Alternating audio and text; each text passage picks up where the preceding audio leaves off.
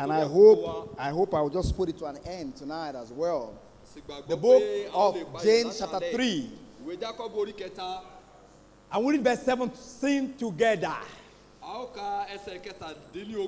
God wants his people to be wise. This is a foolish world. And all the characteristics of their living is all foolishness. And God does not want us to be caught in the trap of foolishness of this world.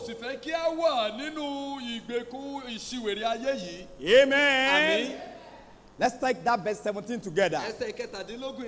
James chapter 3 verse 17 is already projected for you as well. All right, all together, let's all read now. But the wisdom that is from above is first pure, then peaceable, gentle, and easy to be entreated, full of mercy and good fruits, without partiality and without hypocrisy. Father, we are grateful tonight and all the blessings that you have shed upon us this week. We are so grateful to be back to receive more.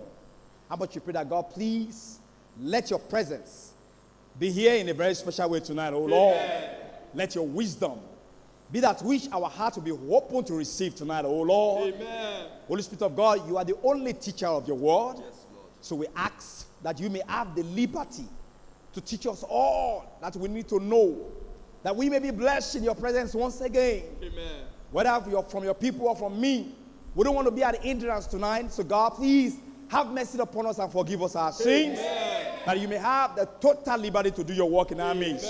Thank you, Father, for all that you have done now. For in Jesus' name we have prayed. Amen. Amen. Amen. Wise and otherwise. Wise and otherwise. In this world, we find the way to other wisdom. From the beginning of man, the devil always offers us another way to the right way. He said, you will not surely die when God said you will surely die. So go ahead and eat the fruit, and they became a fool for it. And until today, the devil is still offering us the way, another way. And then we come with that word among ourselves, and it's more way. See, I know you will say in Yoruba. See, there is always another, shortcut to everything. But the world, the devil will not let the world realize that every shortcut cuts the life of man short. So God does not want you to go in the ways of the world. God does not want us to go in the thinking of this world. So he wants us to follow the wisdom of his word. And the more we subject ourselves to the will of God, the word of God, which is the wisdom of man, how wonderful our life will turn.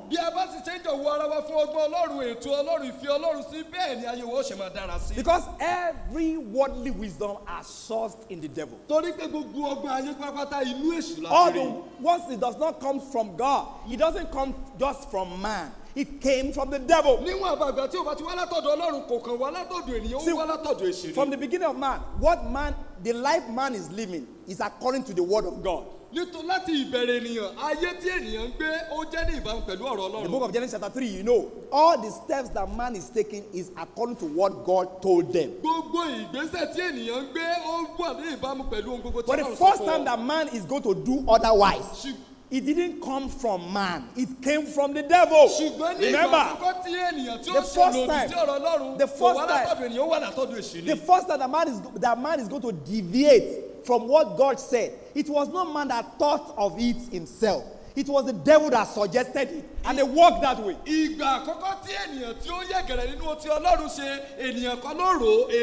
So therefore, everything that comes from man now, the devil is behind it.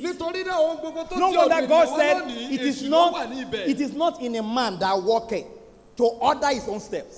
He's not. He's the man that. He's the man that is walking, but he's not him that ought to guide his own steps. It has to be God. That's why you and I need to subject ourselves to the guidance of God. Or else, this world is just full of traps, words, ideas, ideologies of the devil to bring us into subjection of the devil. So I told you, I've said a lot about that this worldly wisdom comes from the devil. That teaches us self-ambition. He makes us to reject God so that we can do things of our own. First, you reject God. That's why you choose the devil. Then you will now want your own selfish ambition. That's what is destroying our country today. Look at our governance. All the governments are doing is all about self. Nigeria now, you can't sleep with two eyes. You have to close one and open one. Thank God that we live in that promise that say, the one that watch over us is neither sleep nor slumber. That's why we can sleep. If you don't have that, and if you are one of us that is not living by the wisdom of that world, you will not have peace. Ọgbọ́rọ̀ yẹn, ọgbọ́rọ̀ pé ẹni tó ń pa wá mọ́ òun ni kèé tó gbé tí kì í sì sùn. Tó o bá ti lè fi gbẹ́kẹ̀lé ẹ sórí ọ̀rọ̀ yẹn, ó ní nísinmi. And consequently, you will become a fool for it. Are you with me tonight? If you are with me, say amen. So God wants you to live by the wisdom of His word. To reject selfish ambition that leads to bitter jealousy. You see, it's one thing that it's one thing. Look at the projection of the worldly wisdom. It makes you to reject God and hold on to the devil. Consequently, bring it to your own ways of living carelessly. And it will take time that you begin to cast eyes on someone else that you want that what somebody else have is what I want. And then it will make you to behave more evil. And it will make you forget that everything of this world is temporal. No matter how much you shake it, and do everything. It's just something you met in the world, you will drop it here. Somebody died. And the other person was asking, what did he leave? And the other one wants to start taking his stock. 10 cars. Plenty money in the bank. Lot of houses. By the time you want to mention it, the third person said, oh! Did you get that? Someone died. One asked, what did he leave? One person wants to be taking the stock. But another person said, shh. What did he leave behind? All. Amen. Listen, the worldly wisdom will not let us see all these. And it will not let us enjoy the life that God has given to us. After King Solomon has gone through the world and satisfied his own selfish ambitions and selfishness, he came back to this conclusion of the whole matter. Fear God and keep His commandments. That's the end of it. Other things is vanity or vanity. Oh, it's vanity. Amen. Be wise. God wanted to be wise. And I took it back to the wisdom of God. I said, for a man to be wise, to have godly wisdom, it means striving to see life from God's perspective and acting accordingly.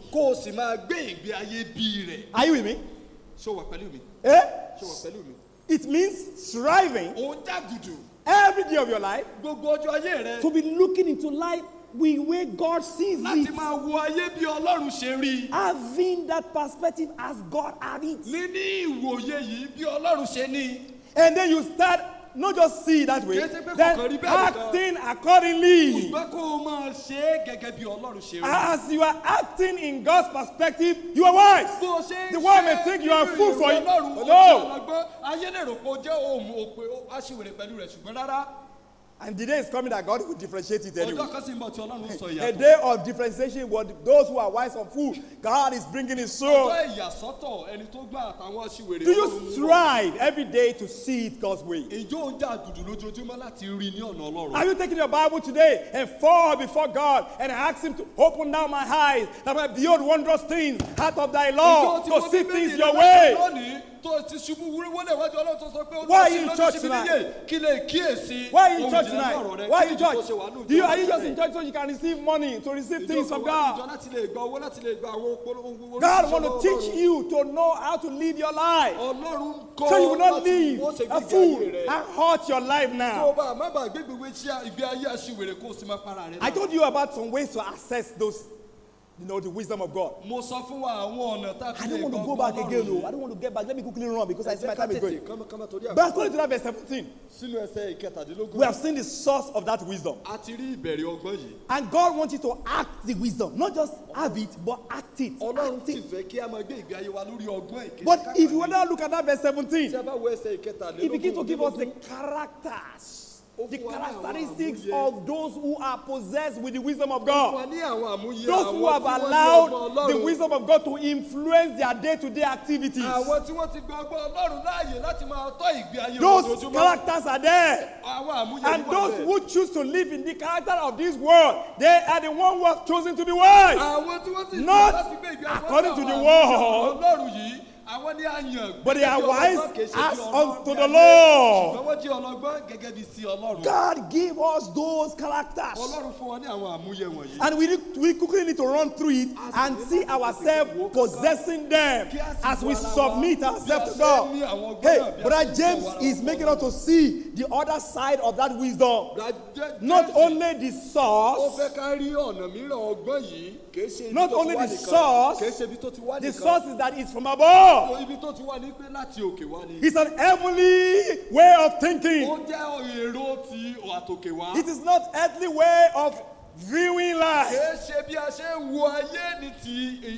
It is seeing it in God's way because it comes from God. So we have seen the sources from God. But now it shows us another thing about the wisdom, the selflessness of that wisdom. See, the wisdom that is of God, the wisdom of the Lord takes you away from self. Because everything about self is all, it's all of the devil. It's the devil that makes you think about. That's why the world is full of confusion and every evil word. That's what we have read before. We've read that from verse 13 to verse 14, 15, 16. Fool. Look at that verse 16 again. He said, he's talking where the wisdom of God is. He said there will be envying and strife. There is confusion. There is confusion and every evil word. Now look at Nigeria. It's full of place of evil. Somebody said, somebody, they were having a program on radio today, and a lady called from overseas. He said he doesn't even want to listen to any news about our country anymore. He said because every time he heard news, he's always bad. This is as if we just sat down in that place and there was no government to really, discourage people from living in evil.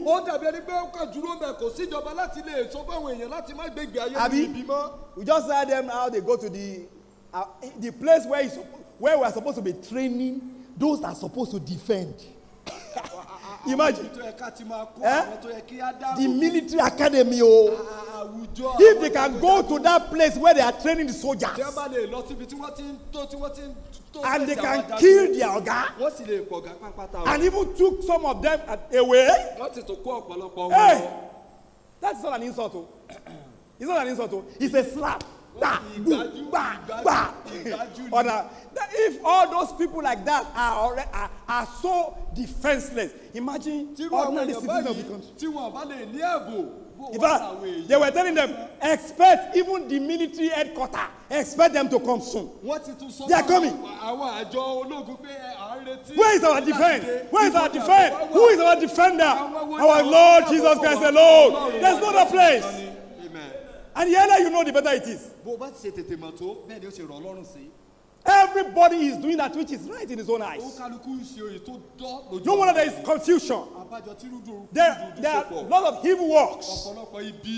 But no matter what the case may be, he that promised will always be faithful to his promises. That's why God's people need to hang on God's word.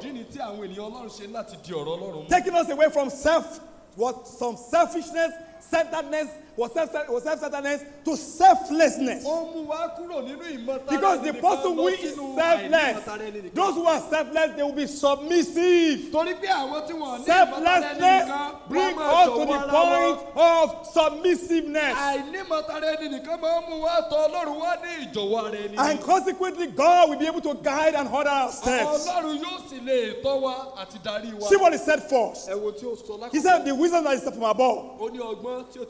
First character is first pure. Oh, that is an indication that it's even from above. It's above, and it's above all. It's above worldly way of seeing. The Bible says it's pure, which means that it is wise to live pure. It is foolish to live in sin. The Bible tells us that. The Bible tells us that. Proverbs chapter 14 verse 9. What the Bible says that? Why we come back to that? Very quickly. Let me see if I can rush it through. Hey, Proverbs chapter 14 verse 9. I am there. One opening. I am there. Oh, it's there. Fools make a mock at sin. They joke at sin. They play at sin. They didn't see that sin is a fire.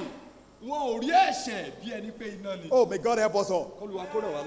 But among the righteous, there is favor. God said, hey, listen now, if you are going to be wise in the wisdom of God, we gotta be pure. Hey, which means that those who have faith in God, they live pure. They live upright. They avoid the corrupt mixture and the errors of sin that fills this world. They purify themselves from things that are earthly, that are sensual, and that are devilish. Hey, listen now. They are those who are influenced by this wisdom. They know that God expected them to live uprightly, holy, pure, clean. We cannot live in sin and be wise in the wise as unto God. No, because sin is the foolishness of the world. And so this is it that word pure in that Bible verse? It suggests, it brings an idea of word that says flee from crime. Flee from sin. Flee from things that can cause blame. That can stigmatize you. So you see that the wisdom of God always teaches us to flee. It's flee the useful lust. He will always say, run, abstain, move away from things that dirty you. So you see, it is the wisdom of God to live away from death of this world. Those who live, who mock at sin, they are fools. They are not wise. And they always learn by the experience, not by explanation. It is when they get there and it caught them. Oh. Amen. It is when God says, don't do that. You did it. Oh, yes, you caught up in that. How could they know you have learned? Yeah. The sorrow we have in our heart isn't not because of the pain of being caught. Listen to me now. The wisdom of God teaches us to be pure. Because we are of God. We love God. We desire God. We are striving to see things His way. Like Joseph in the Bible. That would not listen to the lure, the enticement of Potiphar's wife. He said now, she is wise. No wonder when he's interpreted the dream of Pharaoh. Pharaoh said, there is no man that is as wise as you in the whole land. Can we find any man? So that's why Pharaoh, he gladly made him the man in charge. You know why? Because he is a man filled with the Spirit of God, the leadership of God, the crave to do things Godward. He's always moving towards God. So therefore he was pure. And he cannot allow the world to entice him to do otherwise. Look at it. I'm saying first pure. First pure. He said the character of a godly wisdom is purity. But not only that is the purity, but it's the first. Which means that purity first before all. First before all.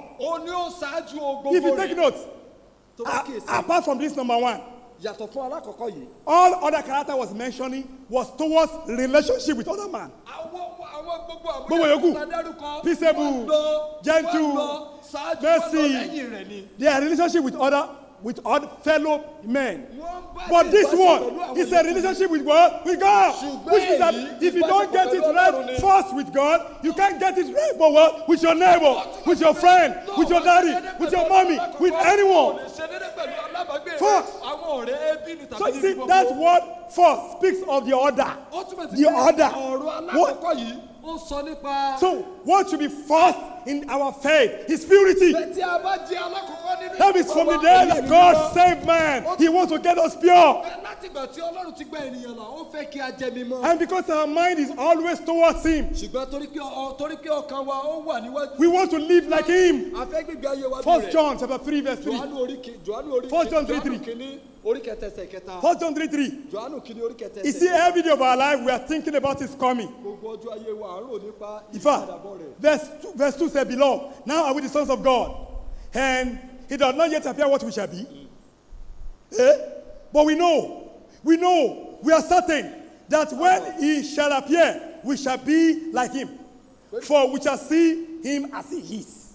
We are going to be like Jesus when He returns. So, let's say that said, and every man that had this hope, the hope of salvation, the hope that we belong to God, the hope that God is coming back someday to take us to Him. Those who have the hope of great faith in Jesus, the Bible says, they purify Himself even as He is pure.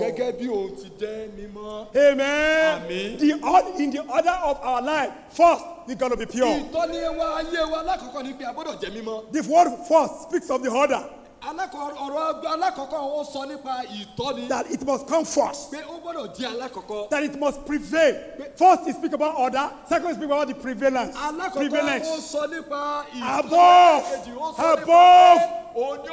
everything, but above it all, get purity. Amen.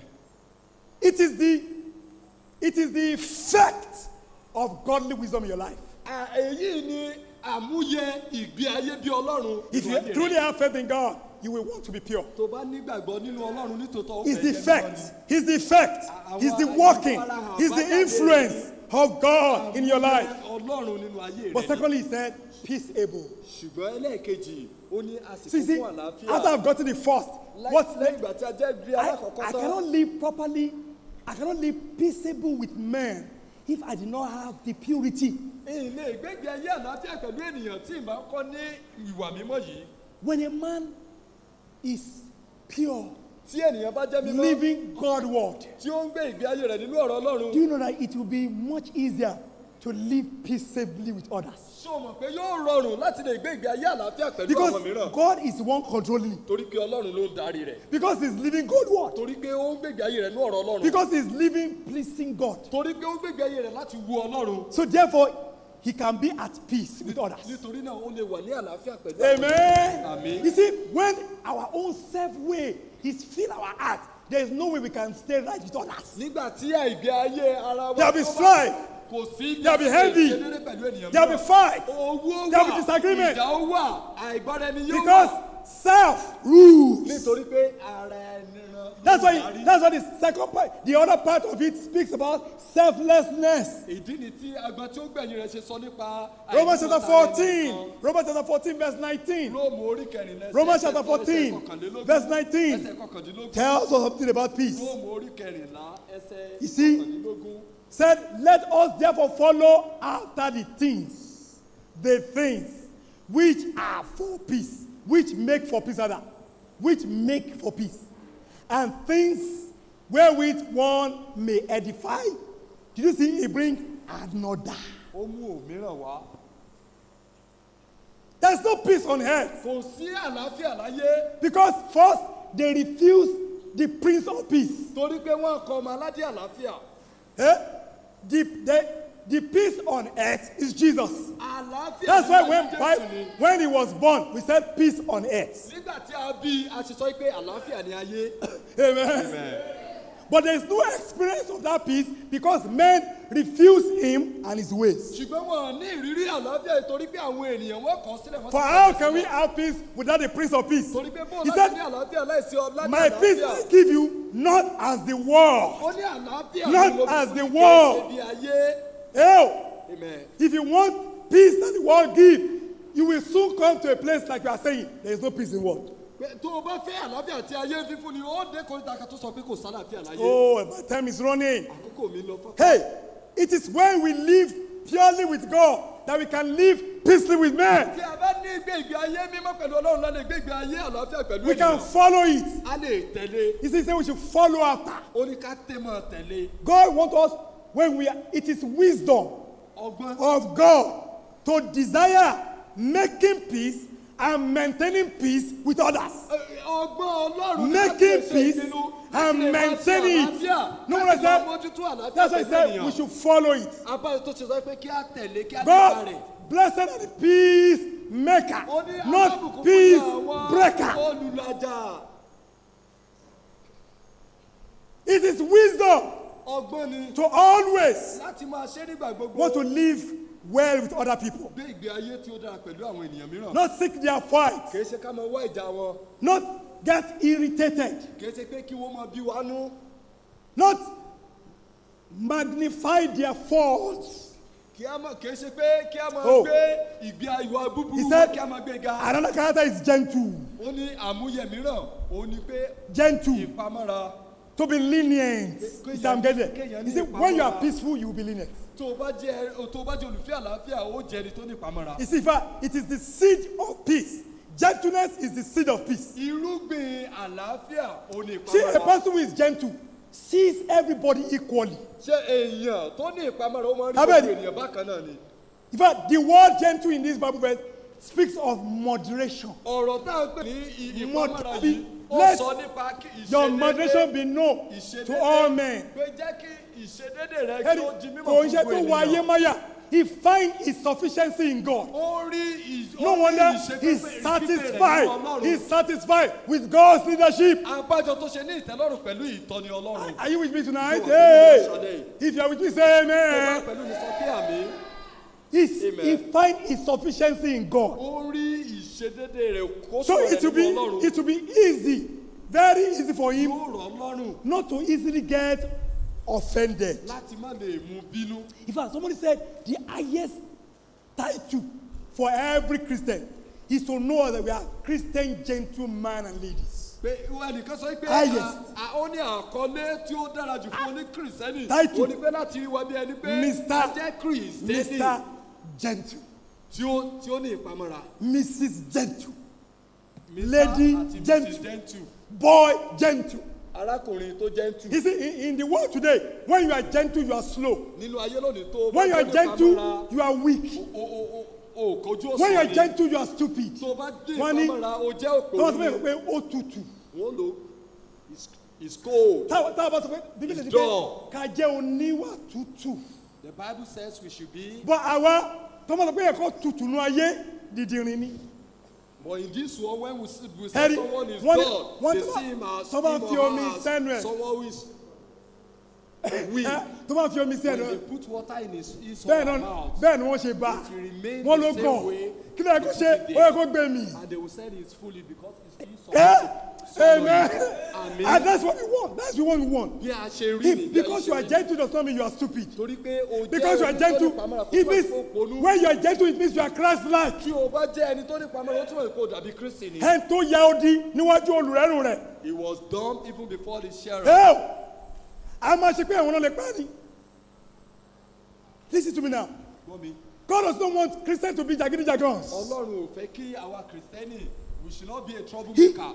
In fact, to bring out other quality of gentleness, he said, easy to be entreated.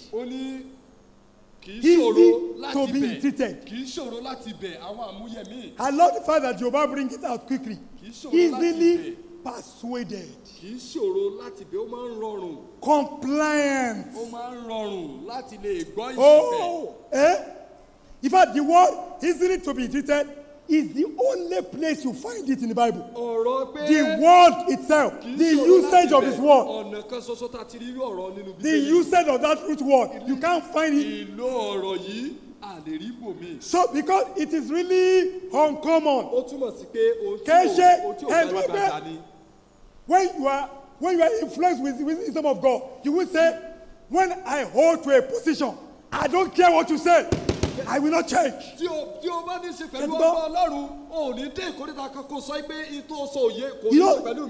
some people that are there, they don't care whether they are right or they are wrong. Once they believe that that's what they want to do, it doesn't matter how many admonition or counsel.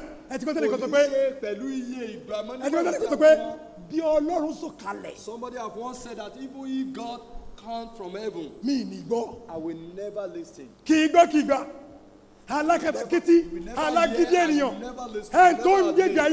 stubborn. And the person who is living such a life is a fool. And he's a fool. Who is he? Who is he that said? Amen. Ha!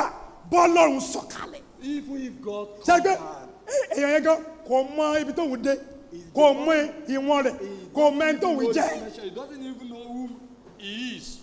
Òun ló ṣe rò pé òun lágbára láti ṣe nǹkan. That is why he's thinking that he has power to do something. Ọ̀rọ̀ mi létí ọ̀rọ̀ bàbá. Ìtọ́ àtìkára mi sùn àtìkára mi jí. Àtìkára mi sùn àtìkára mi jí.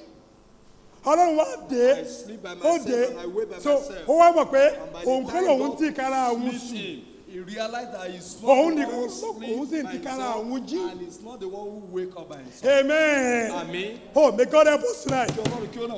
God wants us to be filled with the wisdom of God. Pure, peaceable, gentle. Easy to be treated, full of mercy. Ẹni tó láàánú. Ǹjẹ́ o pé ṣíṣe àfẹ́lò mi ìwà ọlọ́gbọ́n ni ọlọ́gbọ́n ènìyàn ló mọ̀ wípé. James chapter 2, you know, from verse 14 remind us that. How will you see somebody who does not have? Pastor kan mo ń bá wọn rìn lẹ́kọ̀ọ́. He was working with a pastor. One drive mi lọ. The pastor was driving him. Àwọn oníbàárà. And the beggars. Wọ́n bẹ̀bẹ̀. They were begging for money. They were begging for money from him. Pastor yẹn wọ́n ń ṣépè fún wọn. And that pastor started raining curse on them. Mo ní pastor. And he asked him, I said, oh, pastor, for God's sake. Kí ni tẹ̀lé ń ṣépè fún? Why are you cursing these people? Onítorí pé àwọn oníbàárà yìí. And he said, ọ̀pọ̀lọpọ̀ wọn. Most of these beggars, they were pretenders. Wọ́n èyí oníbàárà o. They were not beggars. Tẹ́ ẹ bá ti fún wọn lówó. But the moment you gave them money, Àṣírí wọn tú ni. they were just Gbogbo owó exposed tó yẹ wọ́n ti fún wọn. that all the money given to them, Wọ́n ń kó lọ sọ́dọ̀ babaláwo. they will take it to the herbalist Wọ́n lọ fi ń ṣoògùn. to make ritual. Ṣé ẹ ti gbọ́ rí? Have you ever heard that? It's happening in Lagos, we don't know. So it's difficult for them to ṣàánú. Ó wá nira fún wọn to have mercy. Everybody is now dájú. Gbogbo èèyàn báyìí ní ìsìn Wọ́n léjú kókókókókókó. They were so hard. Ṣẹ́rí Bọ́lábí, tá a bá dúró ti pé Ọlọ́run ló ń dá pọ́ńpá wá mọ́. Tá a bá nígbẹ̀kẹ̀lé pé Ọlọ́run ló ń dúró ló lè pa wá mọ́. If you will not trust God, Ayé rely on yìí, Him. ayé yìí, ó máa tún wá dá. This world will recreate us. Ayé yìí, ó máa tún wá We dá. are going to be recreated by this world. Amen. Amen. But it is the will of God to be merciful. Ṣùgbọ́n The Bible ìfẹ́ Ọlọ́run ni láti dá àánú. Full. Ìwé sọ pé ó kún. There's not even room to be wicked. Kò sí àyè láti jẹ́ To turn your eyes off others. láti jí ojú wa kúrò lọ́dọ̀ àwọn mìíràn. He said it's full of good. He said full of mercy, Ó ní ó kún fún good àánú fruits. àti fún èso rere. Hey, ṣé ni pé ohun tí mo ń ṣe sọ lọ́wọ́ nìyẹn o. That is what I was The saying. person that is full of that has good fruit. Ẹni tó It ní means èso rere.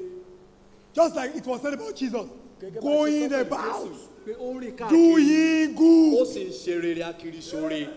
The product of his life is good. Àmúyẹ èso ayé rẹ̀ ó ní rere. Kind actions, Ìgbé ayé benevolence.